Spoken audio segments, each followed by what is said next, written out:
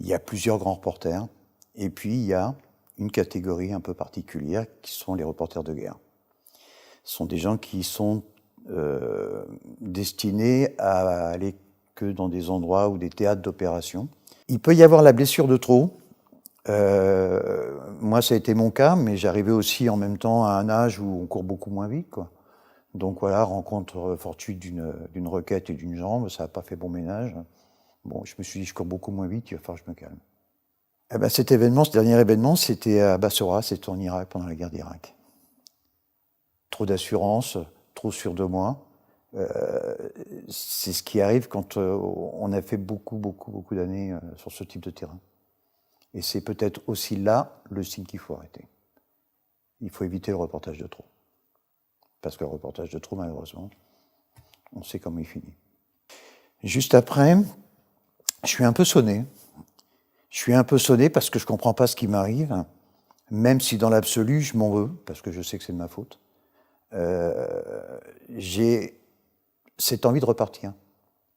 J'ai quand même cette envie de repartir derrière. Je me fais soigner, évidemment, je suis rapatrié en France, bon, ça, on va passer les détails.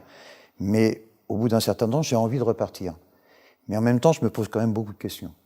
Je me disais, j'arrivais à un âge où il fallait peut-être faire autre chose. Il fallait peut-être s'arrêter, parce qu'en plus, je voyais j'ai eu deux de mes collègues qui se sont fait tuer. Ça calme un peu là, quand même. On se dit, bon, j'ai pas vu mes gosses grandir, j'ai rien fait de ma vie, quoi, en fait, à part sillonner dans des pays, quoi. Donc, à un moment donné, ouais, on se pose des questions. Hein. On se dit, il faut arrêter, il faut faire autre chose. J'ai perdu certaines de mes habitudes, parce que c'est vrai que quand vous rentrez d'une zone de guerre, je vais donner un exemple qui est concret, vous traversez une rue en courant, c'est systématique, une habitude. C'est une habitude que vous gardez pendant un certain temps. Au même titre que vous n'êtes pas patient du tout. Je suis d'une impatience terrible. Il y a des choses qui m'agacent. Je dis toujours que dans une zone de guerre, pour les gens, c'est substantiel. À Paris, c'est existentiel. En gros. Donc moi, j'avais rien à prouver à qui que ce soit, je m'en foutais royalement. Mais je ne supportais pas que les gens se plaignent. Et je l'avais dit une fois, on en discutait, et je disais, mais même mes enfants, je ne supporte pas que mes gosses se plaignent. Quand il y a 15 jours auparavant ou une semaine auparavant, vous avez vu des gosses découpés à la machette ou je ne sais trop quoi, ou pendus, ou tout ce que vous voulez, on a du mal à entendre son gosse qui est en train de se plaindre parce qu'il n'a pas eu sa PS4. Ça passe mal. Donc pas aimable. Donc pas sympa. Difficile à vivre même pour des enfants. Parce qu'eux ne comprennent pas tout ça. Hein. Ce qui est logique. J'habitais à Paris à l'époque, je rentrais de tournage, alors je ne sais plus sur quelle voie j'étais, je me demande si c'était pas le Rwanda ou un truc dans ce style-là. Et en fait, j'ai commencé à faire ce qu'on appelle des crises d'angoisse. Je ne savais pas du tout d'où ça venait, ce truc-là. Moi, j'ai même pas pensé à la crise d'angoisse, hein, j'ai pensé à un problème cardiaque. Hein, parce que j'étais pris, j'avais peur, j'étais pas bien, enfin, c'était pas terrible. Et donc, pensant que je faisais un problème cardiaque, ben, j'ai appelé le SAMU. Donc voilà, et puis bon, ils ont su qui j'étais, donc on m'a pas amené à l'hôpital le plus proche, on m'a emmené directement à Percy. Et à Percy, ben, ils ont vu ce que c'était eux, directement, parce qu'ils ont l'habitude. Et là, je me suis retrouvé en service de psychiatrie. Et on m'a dit, ça a été très clair, hein, l'hôpital militaire, il rigole pas, c'est-à-dire qu'on sait quand on y rentre, on sait pas quand on en sort, et puis eux, ça a été clair et net, c'est vous ne sortirez pas. Bon, donc voilà, ça s'est fait comme ça, donc j'ai essayé de comprendre pourquoi. Et ils m'ont dit, voilà, vous avez vécu des trucs qui sont totalement traumatisants.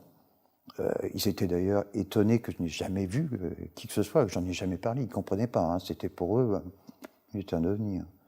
Et en fait, quand je suis resté là-bas, je me souviens de la première semaine où là, je me suis muré dans la chambre. Je refusais de sortir, je refusais de manger avec les autres, etc., etc. C'est-à-dire, je vivais ça comme une punition. Quoi. C'était pas normal. Quoi. Et puis, au bout d'une semaine, j'ai commencé à sortir, aller fumer dehors, discuter avec des militaires qui, eux, étaient réellement abîmés, quoi. C'était des mecs, eux, ils avaient vraiment mangé, quoi. Et au fur et à mesure, j'ai commencé un petit peu à m'ouvrir, mais plus avec eux plutôt qu'avec les médecins. Les plaies sont nombreuses. Il y a des plaies qu'on connaît, il y a des plaies qu'on ne connaît pas. Je me souviens à l'époque, notamment à Sarajevo, où on avait fait justement un hôpital psychiatrique qui était placé sur la ligne de front. Et ce reportage, on l'avait appelé « Les blessures invisibles ». Ça m'avait marqué, ce titre. Parce que là, on assistait à des types qui étaient des combattants, des gens tout à fait normaux, etc., et puis qui, du jour au lendemain, pourquoi, comment, ils avaient pété un câble. Alors moi, ça m'avait fait peur, en fait. Je pense que c'est pour ça qu'au bout d'un moment, à Percy, j'ai peut-être accepté le fait de rester sur place, parce que la première idée, c'était de partir. Hein. C'est simple. Je prends mes affaires, je leur dis rien et je me sauve vite fait. Et puis voilà, ni vu ni connu. Et en fait, je pense que là, j'avais peut-être eu une première prise de conscience qui s'est vite arrêtée. Quand j'en suis ressorti, je suis reparti sur d'autres terrains. Et puis après, j'ai oublié, je suis passé à autre chose. Je m'étais dit, voilà, crise d'angoisse, tu te prends un Xanax, ça c'est génial, ça fonctionne bien, et puis point barre, quoi. Je m'étais habitué à ce truc-là et j'ai continué à parcourir le monde comme ça. Hein. Le hasard, c'était le Covid. C'est-à-dire, je me suis retrouvé, comme des millions de personnes, coincé à la maison. Quand on est un type comme moi, habitué à être constamment à l'extérieur, à droite, à gauche, rester enfermé, c'est même pas envisageable. On ne sait pas ce que ça veut dire. Hein. On est des bêtes en cage. Hein. Il fallait que je trouve quelque chose. Et puis, j'ai commencé par faire du rangement. Et puis, je suis retombé sur des notes. Toutes ces notes que j'avais prises, notamment pendant la guerre en Bosnie. Et je me suis replongé là-dedans. Parce qu'à l'époque, je me rappelle, je m'étais dit, un jour, j'écrirai tout ça. Mais je me disais, je ferai ça quand je serai vieux. Donc, voilà. Et donc, je me suis remis dans cette écriture, d'abord dans la lecture de ces notes. Et là, je me suis dit, waouh! Ah ouais, quand même. Parce qu'il y avait plein de trucs que j'avais oubliés. Parce que le problème, c'est qu'on voit des scènes atroces, des scènes terribles.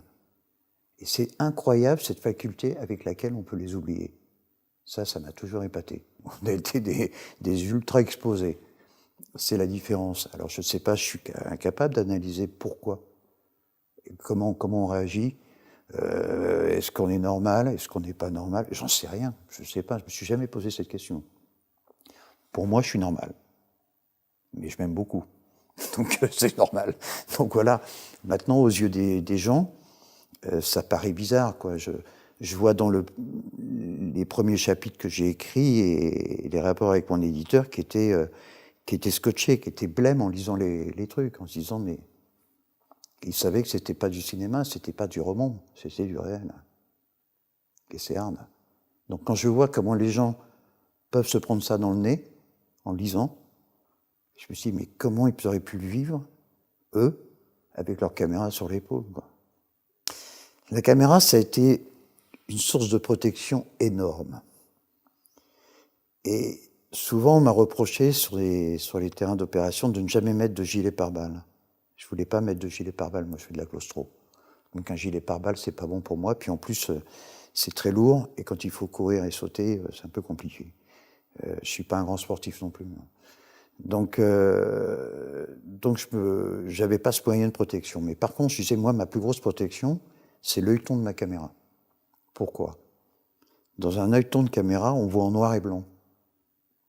Donc, quelque part, je me protégeais psychologiquement en me disant, c'est de la télévision ou du cinéma. Je voyais la scène en blanc. Mon autre œil était fermé, je ne voulais pas regarder. C'était ça. Ça, c'était la plus belle des protections que je pouvais avoir, elle était là, quoi. Je relis des papiers et je me dis, je n'ai pas envie de raconter mon histoire. Donc, c'est pas un truc biographique. Je me suis dit, je vais en faire un roman. Et qui plus est, un roman d'amour. Donc, ça n'avait rien à voir. Même si les faits racontés à l'intérieur du livre sont tous réels, j'en profite justement de ces moments réels que je détaille au maximum dans tout ce que je vais vraiment puiser très loin dans mes souvenirs. Là, je fais une véritable analyse. Hein. C'est-à-dire que quand je plonge quand je raconte l'histoire de l'hôpital Kosovo à Sarajevo, je décris l'ambiance, je suis replongé à l'intérieur. Je me vois encore à l'intérieur, les flaques de sang par terre, les chaussures qui collent là-dessus, etc. Je décris tout ça.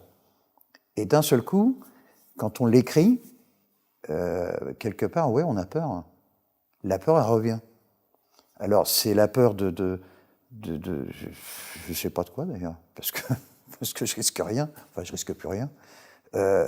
Mais bon, on se sent pas bien.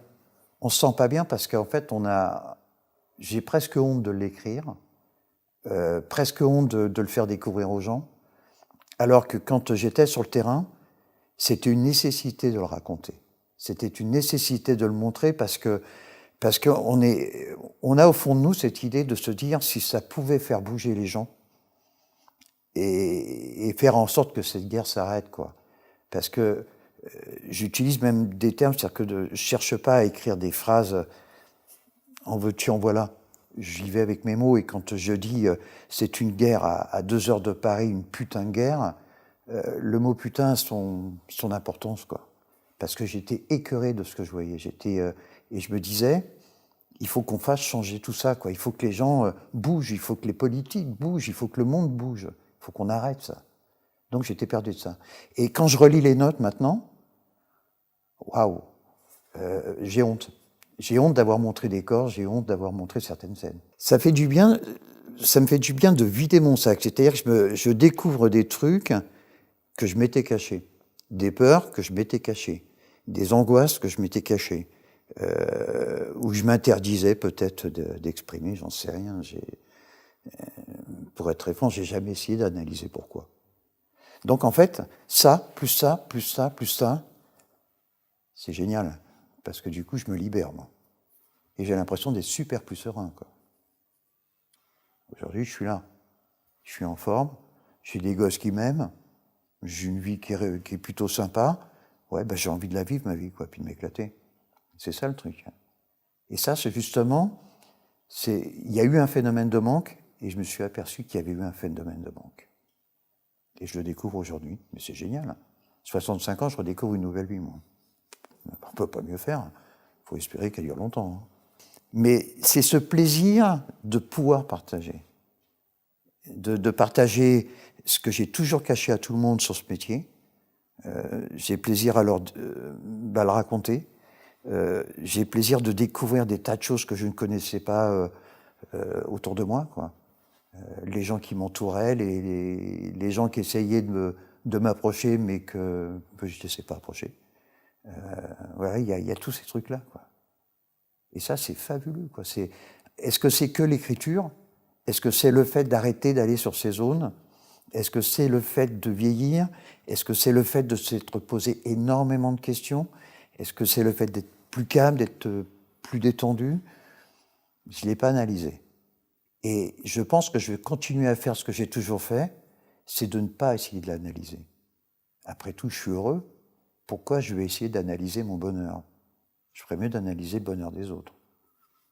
Je pense qu'eux m'apprendront des choses.